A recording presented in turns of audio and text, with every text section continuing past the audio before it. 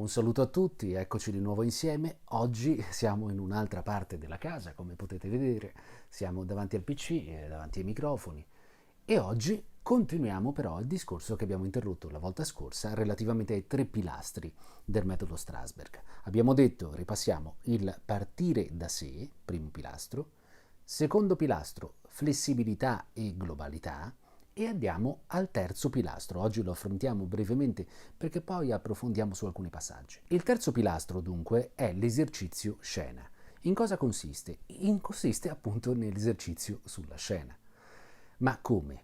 Prima di tutto gli attori, chi sta lavorando con il metodo, si ritrova a dover interpretare una situazione, una scena che può essere tratta da un film, tratta da un testo teatrale o anche semplicemente inventata. Parliamo comunque di scene tipo, delle tipologie di scene adatte a riproporre delle vicissitudini umane cariche in un certo modo o delle scene di un testo teatrale o del cinema cariche in un certo altro modo. Naturalmente quando parliamo di cinema e parliamo di teatro, le scene sono sempre cariche, perché in qualche modo, perché c'è sempre un conflitto e noi come attori dobbiamo ricordarci, non ci sono e non ci possono essere scene inutili, quindi che non abbiano nascoste da qualche parte delle cose interessanti che vale la pena di esplorare. Facciamo un esempio comunque per specificare meglio qual è il lavoro con l'esercizio scena. Prendiamo una scena che potrebbe essere la scena tra Costia e Nina nel gabbiano quando Costia porta il gabbiano morto. Prendiamo quella scena, la leggiamo insieme ai nostri compagni, la vediamo, la spezzettiamo, cerchiamo di capire quali sono le istanze dei personaggi, cosa vuole uno, cosa vuole l'altro. Poi entreremo più nello specifico su questi dettagli. Stiamo ancora parlando di grandi insiemi, stiamo parlando del metodo Strasberg per grandi linee. Comunque, svisceriamo la scena, ne parliamo, ma quando poi andiamo a fare la cosiddetta improvvisazione, che improvvisazione non è perché non è veramente all'improvviso, solo il testo è all'improvviso, perché poi in qualche modo ci siamo preparati su molti aspetti. Quando andiamo a improvvisare non diciamo il testo che ci è stato proposto da Chekhov o dal traduttore in italiano, ma andiamo a interpretare il testo, la scena, con le nostre parole, con quello che viene fuori dalla verità di quel momento. Un'altra caratteristica dell'esercizio scena è il ritmo. Il ritmo non deve essere quello teatrale, deve essere un ritmo di esplorazione. L'obiettivo è stare dentro la scena. Per me attore l'obiettivo è vivere la scena, vivere i dettagli, vivere i particolari. Il ritmo perciò non sarà un ritmo di un testo teatrale o di una scena cinematografica, non sarà veloce, non deve intrattenere, è atto all'esplorazione. Ricordiamoci che non è un prodotto finito, è una fase pedagogica, quella che stiamo attraversando con l'esercizio scena, in cui si impara, in cui c'è poi un regista che aiuta l'attore professionista a capire su cosa deve lavorare, a capire quali sono le istanze che ha tralasciato e invece quelle che deve approfondire e che deve esplorare maggiormente, a casa, in separata sede, oppure lì stesso all'interno del lavoro. Il secondo punto invece su cui mi piacerebbe riflettere oggi è il concetto di memoria. Mi spiego meglio. Abbiamo visto la volta scorsa che quando parlavamo appunto dell'attore e di come deve interpretare una scena, sul fatto che deve essere naturale in qualche modo, metterei delle virgolette a naturale, cioè deve essere realistico, deve essere focalizzato assolutamente sull'espressività. Però giustamente alcuni di voi hanno chiesto, ma com'è possibile? Se io in qualche modo devo focalizzarmi su tutte queste cose, ma devo anche costruire un personaggio contemporaneamente, un personaggio che deve essere altro da me, come abbiamo detto la volta scorsa, deve essere diverso da me. Com'è possibile che io porti quell'espressività emotiva e nel frattempo riesca a dimenticarmi di me stesso e diventare un altro? Ecco, e qui ci aiuta il concetto di memoria. Partiamo da un punto di vista più scientifico, psicologico. Esistono due macro tipologie di memoria. Da una parte abbiamo la memoria dichiarativa, che è quella legata alla nostra coscienza, a quello che riusciamo a richiamare con la nostra mente, memoria di ricordi, memoria di circostanze, di luoghi, e un altro tipo di memoria, la memoria procedurale. Che cos'è la memoria procedurale? È un altro tipo di memoria che è legata alle procedure, a cose che arriviamo a fare automaticamente e ci permette di ridurre quello che viene chiamato carico cognitivo. Mi spiego ancora meglio perché mi rendo conto di introdurre alcuni elementi che sono un po' ostici forse. Facciamo degli esempi che è sempre più chiaro. Io ho imparato a guidare, guido l'auto senza alcun problema. Molti di voi lo fanno. Ho imparato questa abilità.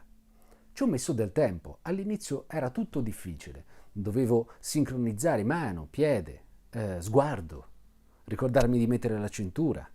Tutti questi elementi adesso, tutte queste informazioni, tutte queste procedure sono automatiche nel momento in cui io mi siedo sulla macchina, sul sedile della mia auto e parto.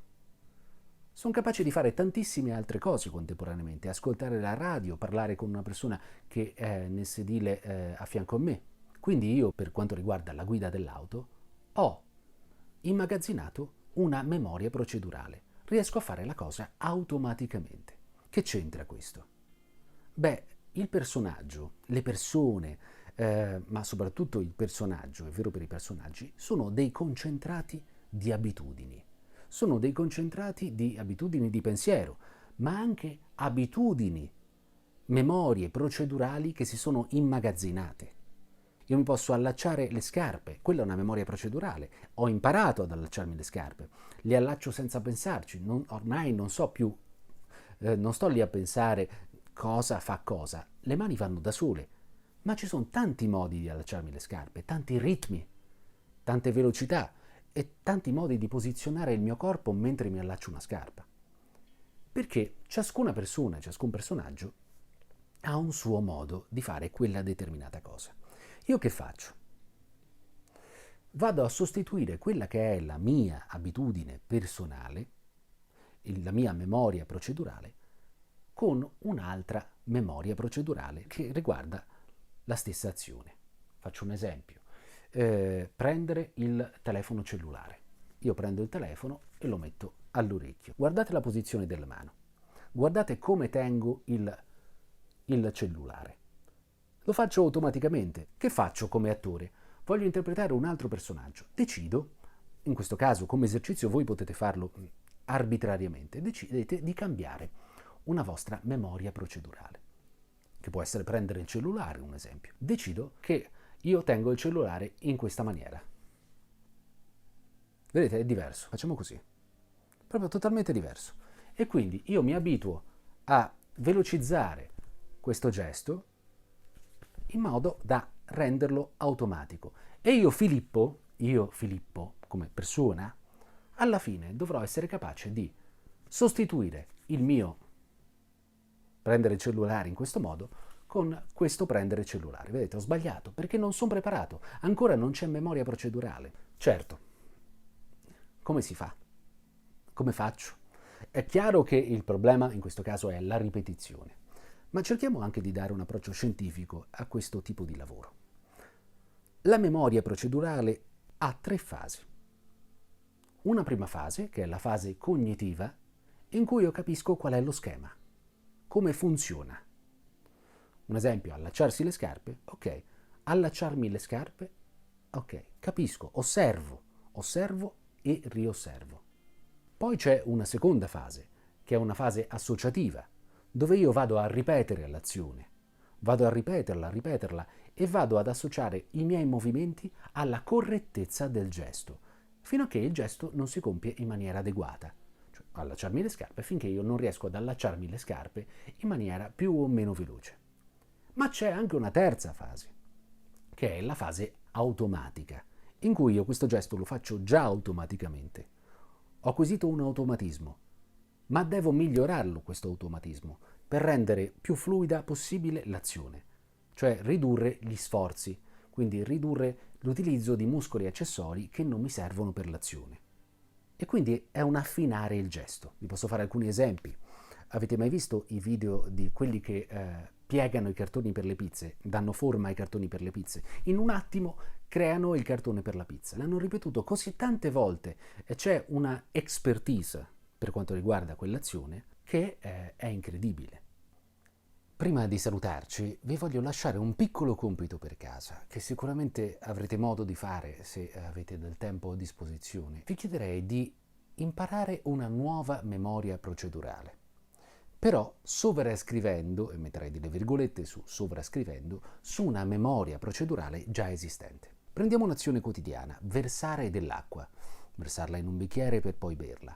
Ecco, non dobbiamo fare nient'altro, però se siamo destri iniziamo a svolgere questa azione con la sinistra. Quindi prendo la bottiglia, la apro, poggio il tappo, verso l'acqua nella bottiglia, ripoggio la bottiglia, prendo il tappo, la richiudo e bevo l'acqua dal bicchiere. Ecco, questa azione complessa cerco di svolgerla il più volte possibile e la faccio solo con la mano sinistra se sono destro o con la mano destra se sono mancino.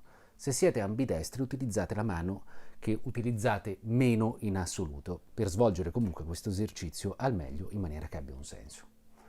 Ecco, se poi volete potete commentare qui sotto in modo da informarmi sulle conseguenze di questa nuova memoria procedurale. Potete scrivere se vi è capitato di sbagliare, di versare l'acqua sul tavolo, oppure vi può capitare di scoprire delle cose nuove, proprio grazie all'acquisizione di questa competenza.